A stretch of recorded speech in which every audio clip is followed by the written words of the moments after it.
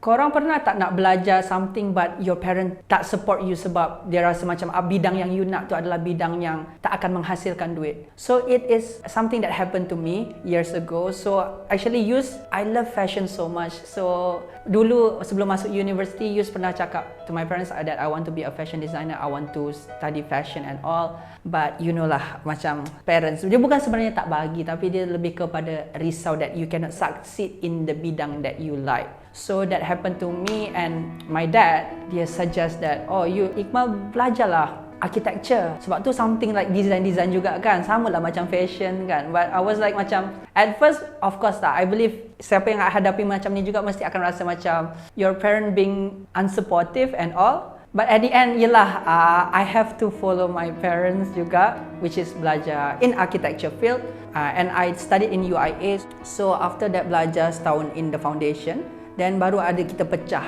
you nak jadi arkitek ke, ID ke apa, something like that. So bila belajar tu, I feel like, oh I think ID is the closest lah, sebab architecture ni main structure building, but ID kita main dekat dalam, kita main kain apa semua, like colours. So it's somehow like a fashion, but a fashion for building lah, something like that. But at the same time, of course, bila kita buat something yang kita tak suka, kita mesti akan rasa macam berat tau nak jalan itu. So what I did, I buat business The Jasmine.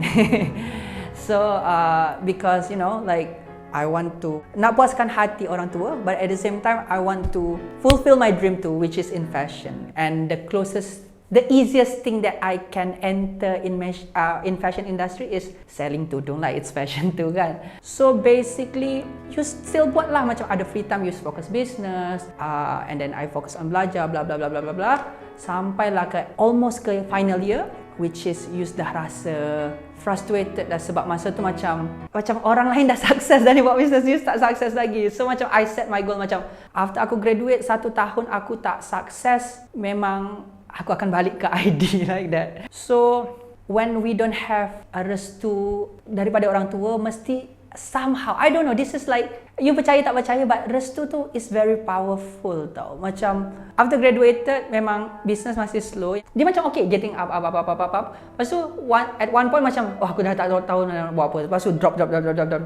Dekat situ lah yang Yus cakap, yang Yus almost nak give up tukar business and all. So I masuk coaching tu, and then after 1 month, okay, the business viral because of I was crying on social media. If you still remember, since dah viral tu, actually masa tu macam still lagi macam my parents 50-50 lah, macam buat business and masuk ID apa semua, macam kan boleh buat dua-dua, dia cakap macam tu. So bila I naik lagi in term of sales, and I can prove to them like, oh, this is what I want since the beginning. I love fashion. I want to do fashion. So this is the proof. I belikan dia hadiah, barang-barang mewah, something like that, just to prove that I can survive in this fashion industry, you know. And it's not saying that jadi ID tak boleh kaya ke apa. Ada yang buat business ID even lebih kaya daripada buat fashion, but that is not what I like. So I prove to them, I belikan mereka ni apa. So by proving them that they are wrong, dari situ somehow dia cakap, oh tak apalah dik, I still remember like, oh tak apalah dik, buat business je lah. I think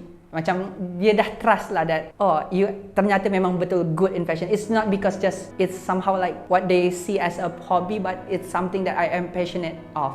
So since that, both of my parents dah macam, okay, just proceed with your business. And since that, the business is lebih somehow, I don't know, macam lebih smooth lagi.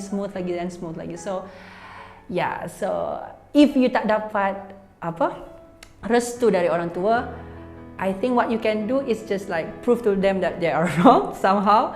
But just like, you janganlah prove sampai bertahun-tahun tak jadi apa-apa. But you give your time lah, macam okay 1 tahun aku tak jadi apa-apa, I'll back to what they want. But if in 1 year you can be what you want, then just go on, something like that.